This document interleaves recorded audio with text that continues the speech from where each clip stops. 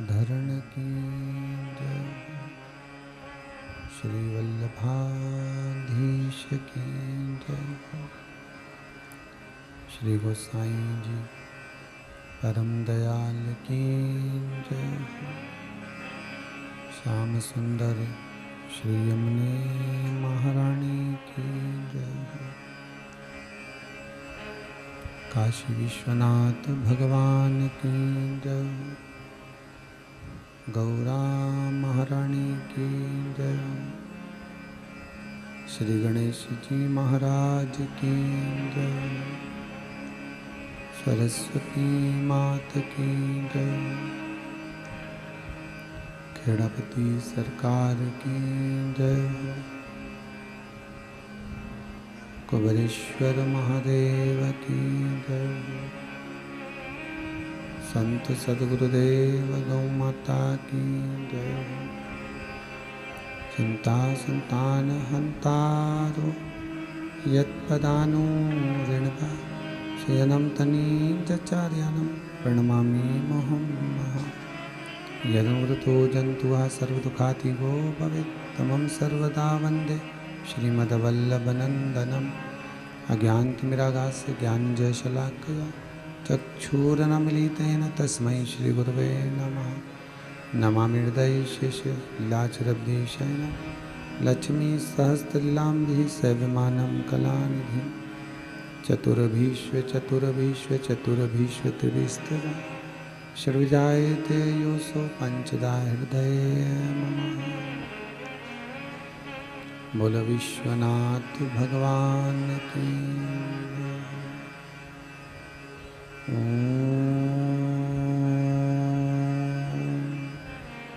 नमः शिवाय।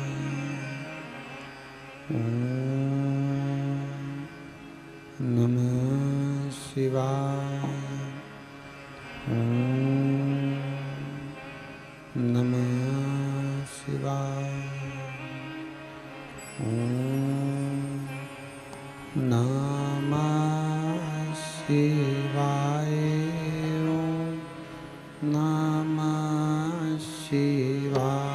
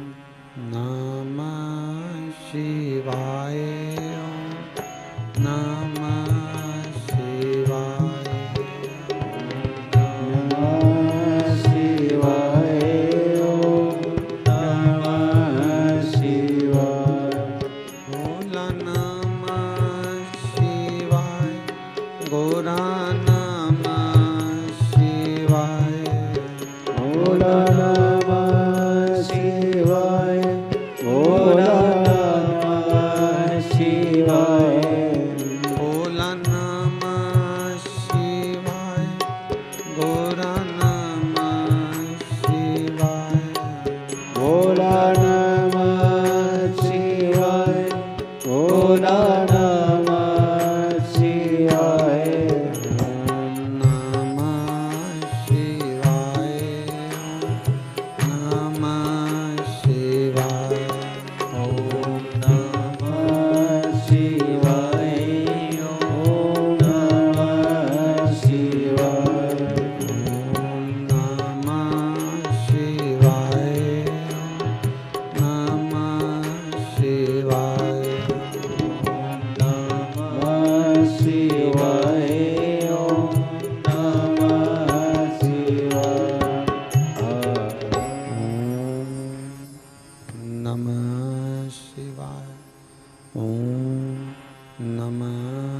शिवाय। ओम नमः शिवाय। विश्वनाथ भगवान की जय। हर हर महादेव, हर हर महादेव, हर हर महादेव, हर। काशी विश्वनाथ भूत भावन भूतेश्वर भगवान शिव, जिनकी पुनित पावन शिव महापुराण की कथा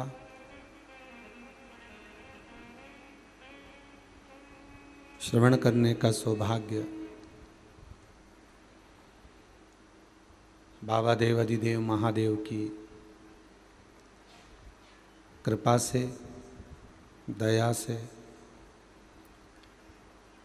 श्रावण के इस पावन महीने में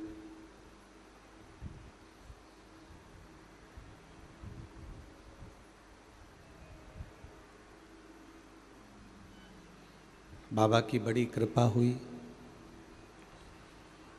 जो देवाधिदेव महादेव की कृपा करुणा से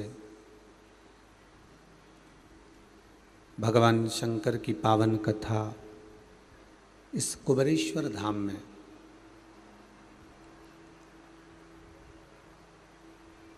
बाबा कुबेरेश्वर की कृपा से, शिव करुणा सागर करुणा करने वाले भूत भावन भूतेश्वर की कृपा से अपन सभी को आस्था चैनल के माध्यम से, फेसबुक यूट्यूब के माध्यम से श्रवण करने का सौभाग्य प्राप्त हुआ है। बहुत बहुत साधुवाद के पात्र हैं सोनम विजय जी बोड़े, जो अपनी माता जी के साथ में श्रीमती निर्मला जी बोंडे जी के साथ में इस पावन कुबेरेश्वर धाम में स्वयं आकर पधार कर, अपने गुरुवर के साथ में पधार कर स्वर्गीय श्री नारूजी बोंडे की स्मृति में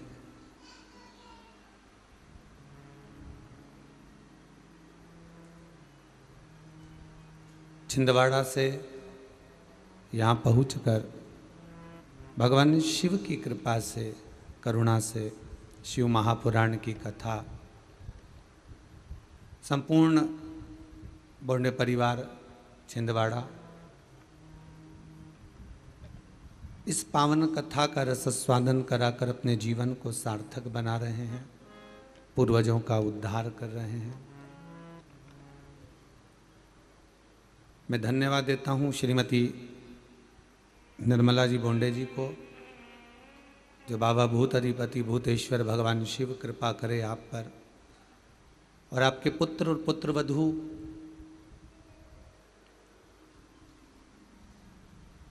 विजय जी और सोनम जी, जो इस पावन शिव महापुराण की कथा को करवाकर अपने पूर्वजों को पार लगा रहे हैं।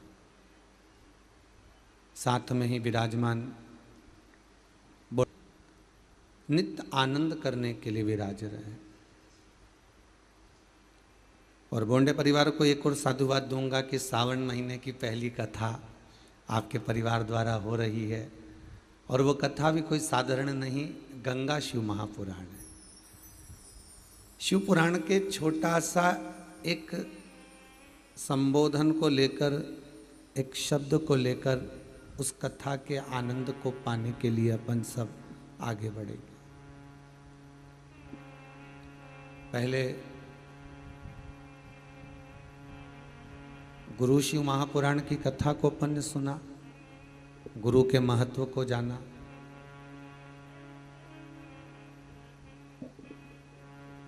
और गुरु तो स्वयं,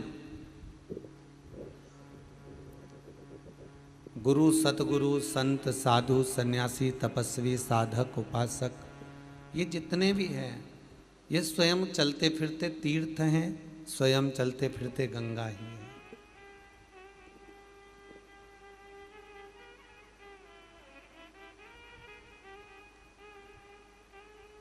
और गुरु महिमा के बाद में जो सावन के महीने में गंगा महारानी का पावन चरित्र, गंगा का सुखमय चरित्र शिव महापुराण के इस भीतर श्रवण करने का जो सौभाग्य मिला है, शायद आस्था चैनल के जितने श्रोता भाई बहन हैं, यूट्यूब और फेसबुक के जितने श्रोता भाई बहन हैं, उनको मैं साधुवाद देता हूँ, धन्यवाद देता हूँ कि आपका जीवन सार्थक है जो आप इस गंगा महारानी की कथा को श्रावण के महीने में अपने ही घर में श्रवण कर रहे हैं।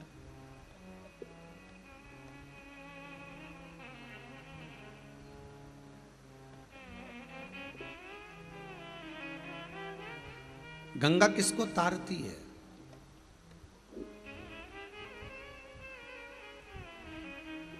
गंगा किसको सवारती है?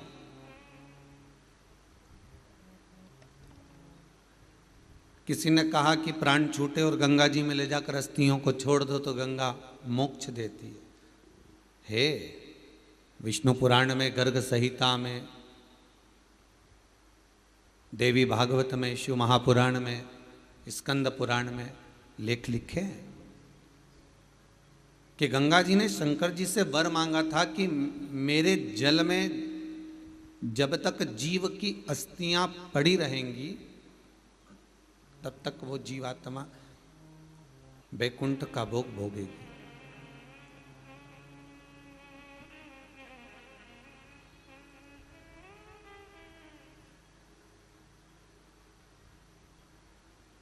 पर गंगा जी ने एक बात और कही है, शिव महापुराण में आपने श्रवण करा ना करा, पर एक बात और गंगा जी कह रही हैं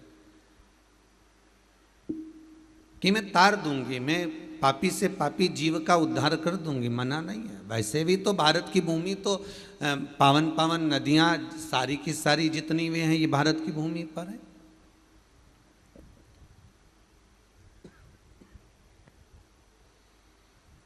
ये भारत माता पर विराजमान, सारे के सारे पावन तीर्थ इस भारत की भूमि पर विराजमान है।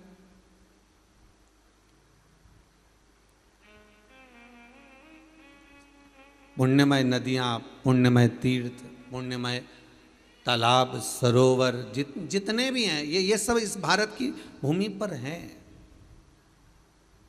एक बात पहले कथा में कही थी, आपको शायद याद होगा, जितने लोग आस्था पर कथा सुन रहे हैं आप लोगों के ध्यान में होगा कि पहले कहा था विदेश में अगर कोई मरता है तो उसको डेड बॉडी कहते हैं कि ये मर चुका है, ये डेड बॉडी। पर भारत की भूमि पर अगर किसी ने पाप भी करा है ना, भारत की भूमि पर अगर किसी ने गलत काम भी करा है, कोई चोर भी है, कोई वेश्यागामी भी है, कोई कामी भी है, कोई लोभी भी है, कोई तृष्णावान भी है, कोई अहंकारी भी है, कोई वासनावान भी है, भारत की भूमि पर अगर किसी ने कोई हत्या आदि करी भी दी है ना, कोई अगर जीव बेकार कर्म कर भी दिया है ना, तो भी भारत की भूमि पर अगर उसने प्राणों को त्यागा है तो उसके नाम के आगे लिखा जाता है स्वर्गवासी। बाकी के देश में लिखाता है क्या स्वर्गवासी? नहीं, बाकी के देश में कहीं पर लिखा नहीं होगा कि यह स्वर्गवासी है। पर भारत की भूमि पर कोई पाप भी कर दिया है, कोई बेकार कर्म भी कर दिया है, कोई गलत काम भी कर दिया है, तो भी लिखा होता है स्वर्गवासी। भले बेकार कर्म कर दिया, भले पाप कर्म कर दिया, भले कुछ गलत कर दिया, पर नाम तो स्वर्गवासी आ गया, वैकुंठवासी आ गया। क्यों? क्योंकि भारत की भूमि एक ऐसी भूमि है, इस भारत की धरा एक ऐसी धरा है जहाँ पवित्र पवित्र नदियाँ विराजमान है, जहाँ पवित्र पवित्र तीर्थ विराजमान है, जहाँ पवित्र पवित्र आनंद सुख विराजमान है, यहाँ नित्य प्रति भगवत नाम का स्मरण होता रहता है, जहाँ का एक एक कंकर शंकर है। ऐसी पावन पवित्र भूमि भारत माता की है, जहाँ पर जीव कैसा भी हो अगर प्राणों को त्यागता है तो उसके आगे डेड बॉडी नहीं लिखी होती, उसके आगे स्वर्गवासी लिखा होता है कि ये स्वर्गवासी है। मतलब भले इसने पाप करा तो भी ये स्वर्ग का निवास करने वाला है, ये स्वर्ग की ओर निवास कर रहा है, ये स्वर्ग में बसा हुआ है।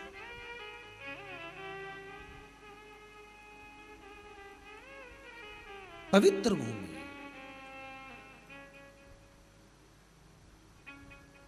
और उस पवित्र भूमि में ना जाने कितने साधक, कितने साधु, कितने तपस्वी, कितने संत, कितने महात्मा, कितने जोगी, कितने सन्यासी, कितने ब्राह्मण जन, कितने विद्वत जन इस भारत की भूमि पर भ्रमण करते रहते हैं, तप साधना करते रहते हैं, उपासना करते रहते हैं, मंत्र जाप स्मरण करते रहते हैं।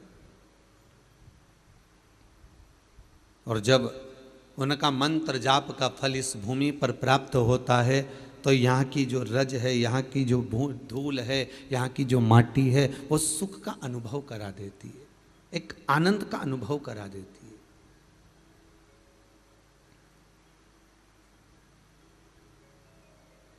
श्री भागीरथ बाबा गंगा जी को लेकर आए।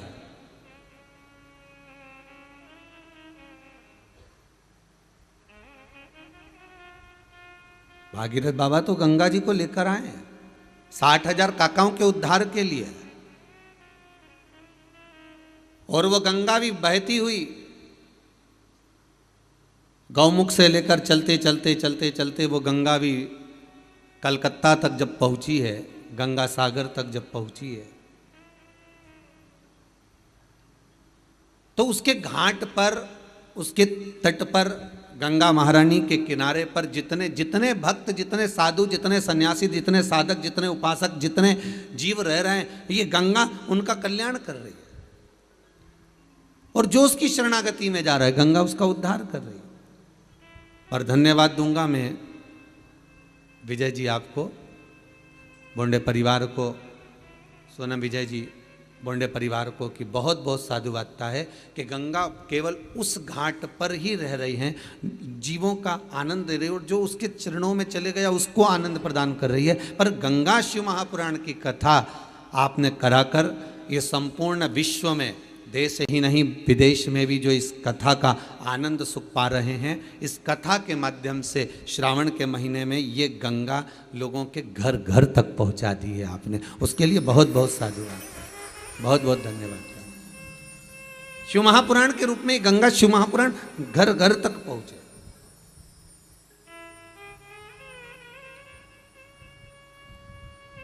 घर घर तक कुछ तिथियां होती हैं, जिन तिथियों में अगर आप रोज गंगा का जल शंकर को नहीं चढ़ा सकते तो शिव महापुराण कथा कहती है, स्कंद पुराण कहती है, विष्णु पुराण कहती है, गर्ग संहिता कहती है, गीता पुरुष गोरखपुर का कल्याण का गंगा अंक कहता है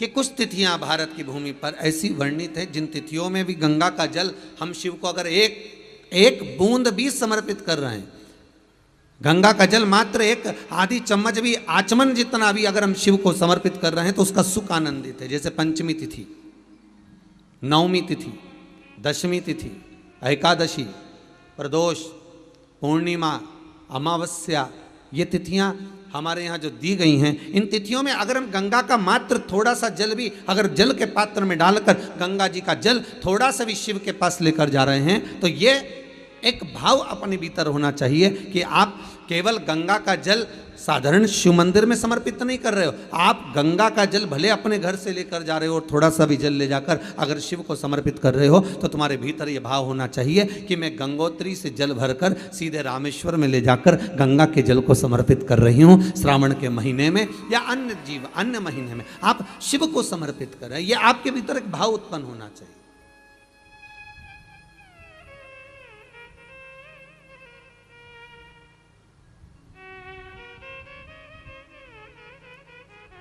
एक बड़ा सुंदर संवाद है महाराज।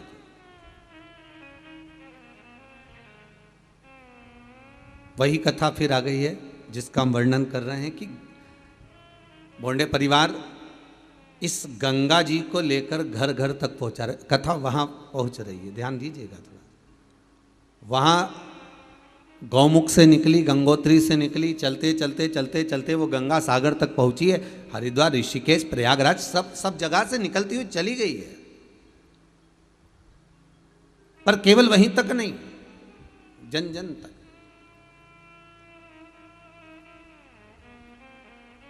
एक संत, बड़ा तपस्वी मुनि थे, बड़े बड़े साधक थे। वो मुनि किस प्रकार के थे कि वो साधना कोई अलग नहीं करते थे, वो कहीं बैठकर तप नहीं करते थे, वो कहीं बैठकर आराधना नहीं करते थे। तो फिर गुरुदेव आप कह रहे हो कि मुनि है, तपस्वी है, साधक है, उपासक है, और आप एक तरफ से कह रहे हो कि ना तो वो तप कर रहा है, ना वो साधना कर रहा है, ना बैठकर कोई यज्ञ कर रहा है, ना कोई बैठकर अनुष्ठान कर रहा है, फिर मुनि साधक उपासक कैसे हो गया? फिर तो इतना कह सकते हैं कि एक केवल एक ब्राह्मण है जो पूजन आदि में लगा हुआ है। नहीं नहीं नहीं, शिव महापुराण की कथा कहती है कि वो एक मुनि, एक साधक है, ब्राह्मण कुल में जन्मा, पर बड़ा तपस्वी। तपस्वी किस चीज का था? तो शिव पुराण कहती है उसको एक तप साधना थी कि वो कहीं अगर भगवान की कथा होती थी, कहीं अगर शिव महापुराण मिल जाए, कहीं भागवत पुराण मिल जाए, कहीं रामायण मिल जाए, कहीं गीता मिल जाए, कहीं भगवान का गुणानुवाद करना मिल जाए, या कोई संतों का सानिध्य या संतों का समागम अगर कहीं प्राप्त हो जाए, कहीं भगवत चर्चा प्राप्त हो जाए, तो उस जगह पर जाकर बैठ जाता था।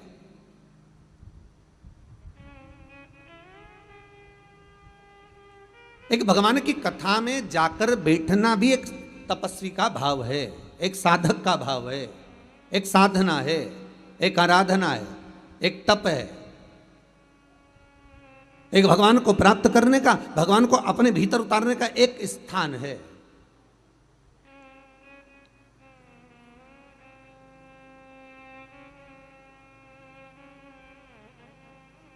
महाराज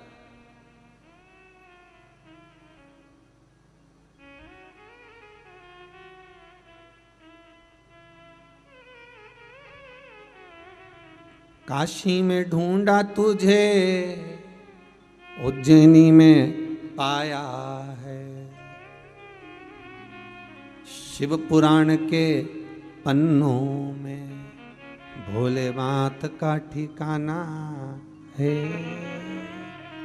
ढूंढो उसको। तो कोई कहे, कोई बोल रहा हो, कोई साधक कह रहा हो आपसे कि हम तप नहीं करते, हम साधना नहीं करते, हम उपासना नहीं करते, हम भगवान की भक्ति में केवल अगर हमारे को कुछ आता है तो हम शिव महापुराण की कथा श्रवण कर लेते, हम भागवत पुराण, हम रामायण, हम गीता, हम भगवान का गुणानुवाद कर लेते, बस केवल कथा में हमारी चित्त वृत्ति रमी हुई है।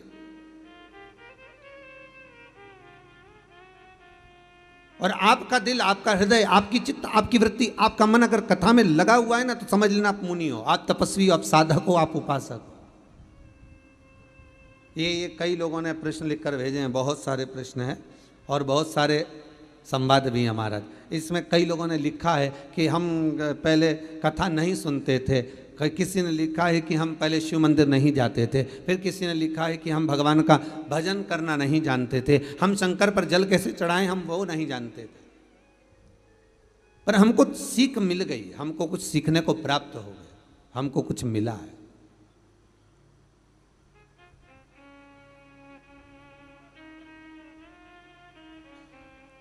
हमको कुछ मिल गया उससे, शिव महापुराण से हमको कुछ प्राप्त हो गया, और ऐसा प्राप्त हुआ है, ऐसा सुख प्राप्त हुआ है, ऐसा आनंद प्राप्त हुआ है कि वो फिर हमारी हृदय में, हमारी चित्त में, हमारी वृत्ति में वो समा गया, वो हमारे भीतर उतर गया। वो मुनि नहीं है, वो तपस्वी नहीं है। ना उसने बैठकर कोई साधना करी है, ना उसने बैठकर कोई तप करा है, ना उसने बैठकर कोई साधना करी, ना तप करा, ना साध्या, कुछ भी नहीं करा, फिर भी उसको मुनि कहा गया, फिर भी उसको तपस्वी कहा गया, फिर भी उसको साधक कहा गया। कारण क्या था? बस एक कारण था कि जहां कथा होती थी वहां चले जाता था।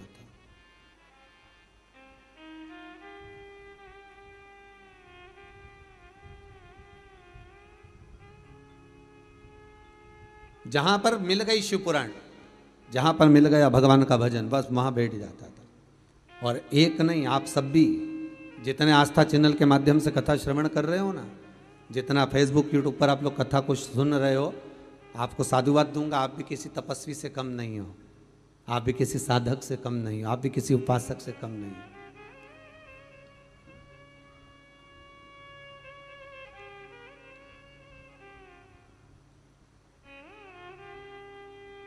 तीन घंटा एक आसन से एक जगह बैठकर कथा का रसस्वादन जरा करिए, कथा को जरा अपने भीतर उतारिए और चित्त को, वृत्ति को, मन को, हृदय को, दिल को भगवान में जरा लगा कर रखिए,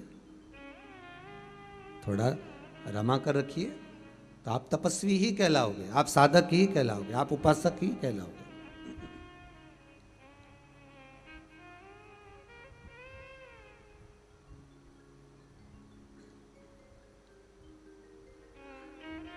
आपकी उपासना हो गई। वो ब्राह्मण केवल मुनि का जो वेश रखता है और भगवत की चर्चा में, भगवान के स्मरण में डूबा रहता। 4 संत निकल कर जा रहे थे, बड़े जटाजूट बंधे हुए थे, बड़ी माला कंठी पहने हुए थे, बहुत बहुत माला धारण करे, चंदन लगाया हुआ है, खूब सावधान, बहुत साधु सन्यासी का वेश धरे हुए। और ये व्यक्ति कहीं से शिव महापुराण की कथा, कहीं से भगवान की चर्चा कर कर आ रहा था। और इसके पास में वो जो जाने वाले व्यक्ति थे, उन्होंने 4 संतों ने आकर पूछ लिया, भैया ओ भैया, तुम मुनि के वेश में लग रहे हो, तुम तपस्वी के वेश में लग रहे हो, वस्त्र भी तुम तपस्वी ऐसा धारण कर कर रखे हो, पर एक मन में एक प्रश्न है, हम यहां से हरिद्वार जाना है, आप हमको रास्ता बता दोगे क्या हरिद्वार जाने का? उसने पूछा काहे के लिए जाना है? अरे गंगा का स्नान करने जाना है हमको। अच्छा अच्छा अच्छा, गंगा स्नान के लिए जा रहे हो? हाँ चले जाओ, यहाँ यहाँ हमको देखो, हम जानते तो नहीं हैं, तो आप इस गांव के नहीं हो क्या? हम गांव के ही हैं। कितने साल हो गए गांव में रहते रहते? लगभग हमको हो गए 50 साल 100 साल। हमारे दादा वगैरह भी यहीं रहते थे, पर हम जब पैदा हुए हमारी उम्र हमारी 50 साल की हो गई, हम कितने साल से रह रहे हैं। अच्छा ठीक है, तो तुम्हें यह नहीं मालूम कि हरिद्वार का रास्ता कौन सा है? गंगा किधर है आपको मालूम नहीं है क्या? उसने हाथ जोड़कर कहा, भैया देखो बात इतनी सी है कि मैं गंगा माता को नमन करता हूं, मैं गंगा के चरणों को पावन समझता हूं, मैं गंगा के चरणारविंद का स्मरण करता हूं, मैं गंगा जी को अपने मस्तक पर चढ़ाता हूं, पर सबसे बड़ी बात केवल इतनी सी है कि मैं आज तक गंगा को नहाने के लिए नहीं गया।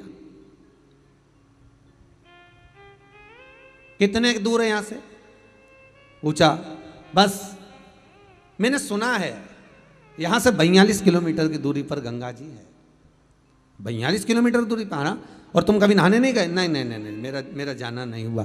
तो गंगा का रास्ता तो देखा होगा? पता नहीं, पर तो लोग कहते हैं इधर से जाते हैं, लोग कह रहे हैं इधर से जाते हैं। अब मैंने देखा तो है नहीं, मैंने जानता तो नहीं। अच्छा अच्छा, ठीक ठीक ठीक। संतों को आ गया क्रोध, चारों संतों ने मिलकर एक साथ कहा, कैसा मूर्ख है, कितना पागल व्यक्ति है, 42 किलोमीटर दूर गंगा जी विराज रही है, 42 किलोमीटर दूर गंगा विराजमान है, और 42 किलोमीटर दूर ये आज तक गंगा नहाने नहीं गया, तो इसके बराबर पापी कौन होगा?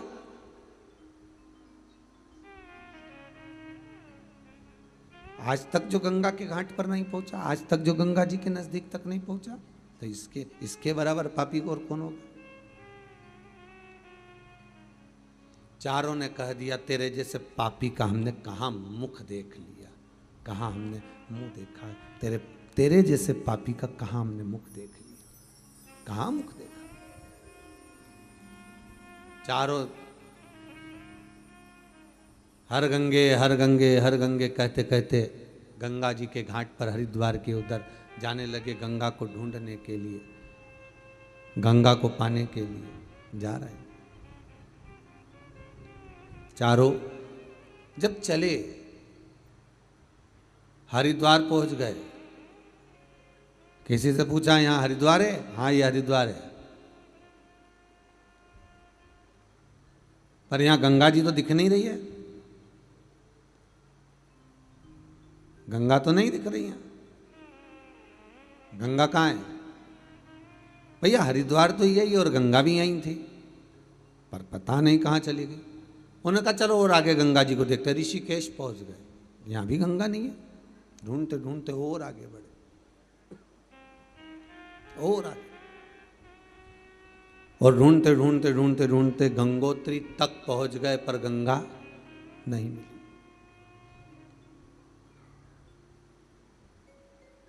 गंगोत्री में जाकर इन्होंने किसी तपस्वी से पूछा, यहां गंगा है? हाँ, ये गंगोत्री है, ये गंगोत्री, और यहां तो गंगा रहती है, तो हमें तो गंगा दिख नहीं रही है, कहीं गंगा नजर आ नहीं रही है। फिर गंगा गई कहां? पता नहीं। तपस्वी से पूछा कि गंगा कहां है, तो तपस्वी बोलते गंगा तो यही है, पर हमको लगता है कि तुम 4 संतों ने ज्ञान गंगा का अपमान कर दिया। किसी मुनि का, तपस्वी का, साधक का, उपासक का तुम अपमान कर कर आए, और उस तपस्वी का तुमने जो अपमान करा है, उस मुनि का जो तुमने अपमान करा है, उस मुनि के अपमान के तक तुमको गंगा का दर्शन नहीं मिल रहा। बहुत ध्यान देना महाराज, ये शिव ज्ञान गंगा है, और वो अविरल बहने वाली विष्णुपदी भागीरथी एक गंगा वो है। एक ये ज्ञान गंगा है, और एक भागीरथी विष्णुपदी एक वो गंगा है।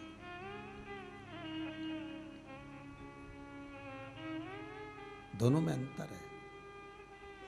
कभी आपके भीतर ये गम नहीं होना चाहिए, कभी आपके भीतर ये भाव नहीं उत्पन्न होना चाहिए कि मैं गंगा नहीं गया। अगर जो शिव महापुराण की कथा में रमे हुए हैं ना, जो शंकर की कथा को रोज प्रतिदिन श्रवण कर रहे हैं, भगवान की भक्ति को जो धारण कर रहे हैं, भगवान की कथा को जो नित्य श्रवण कर रहे हैं, उनके भीतर ये भाव जागृत होना चाहिए कि गंगा मेरे से दूर नहीं, गंगा मेरे करीब में है।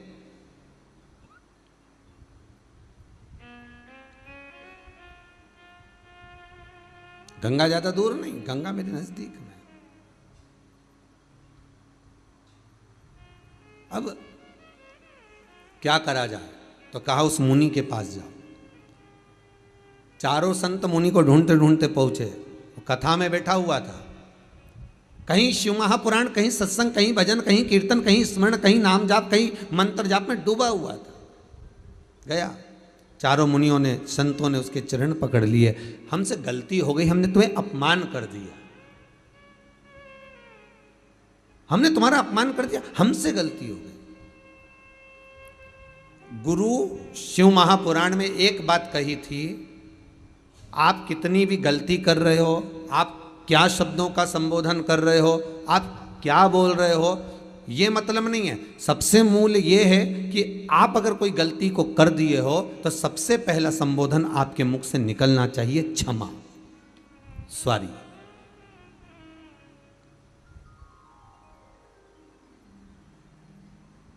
एक बात आपको कही थी गुरु महिमा में कि घर से जब निकला करो ना, तो भगवान देव अधिदेव महादेव का नाम लेकर श्री शिवाय नमस्तुभ्यम।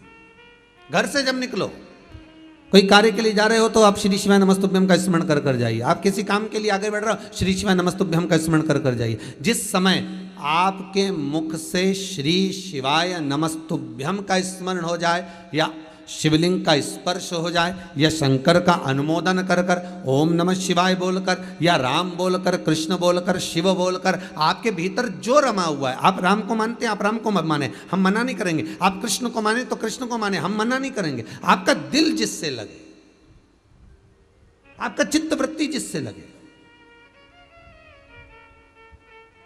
अरे मन कर रहा है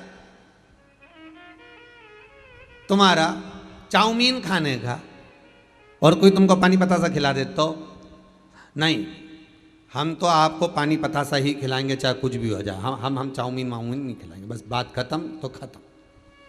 आपका मन हो तो खाइए। तो आपके मन में क्या होगा बताओ? बड़ी मुश्किल से तो होटल लेके गए हैं, मैं 3 दिन से प्राण खा रही है ना कि चलो चलो होटल, चलो चलो भोजन करेंगे, चलो चलो, और लेके भी आए तो अब अपने हमारे मन का ना खिला रहे, और मालूम पड़े पानी पतासा खिला दिया। पानी पतासा भी कितना खिलाया, वो गुपचुप, वो गोलगप्पे कितने खिलाए, तो के इसको बस केवल 4 दे देना हो, केवल 4, ओनली 4, इससे ज़्यादा नहीं। अब उसके मन में आया, बताओ इतनी दूर लेकर आया एक तो, इतनी दूर लेकर आया, होटल में लाया, भोजन कराता, कोई अच्छा अच्छा जो सामग्री वो खिलाता, पर केवल होटल वाले से इसको 4 गोलगप्पा देना बस, इससे ज़्यादा मत देना। और पत्नी ने कहा कि तुम 4 ही क्यों खिला रहे हो? तो पति बोला एक तेरी बचपन का, एक जवानी का, एक अधेड़ी का और एक बुढ़ापे का, खत्म काम, एक कई बार में चारों में निपटा दिया।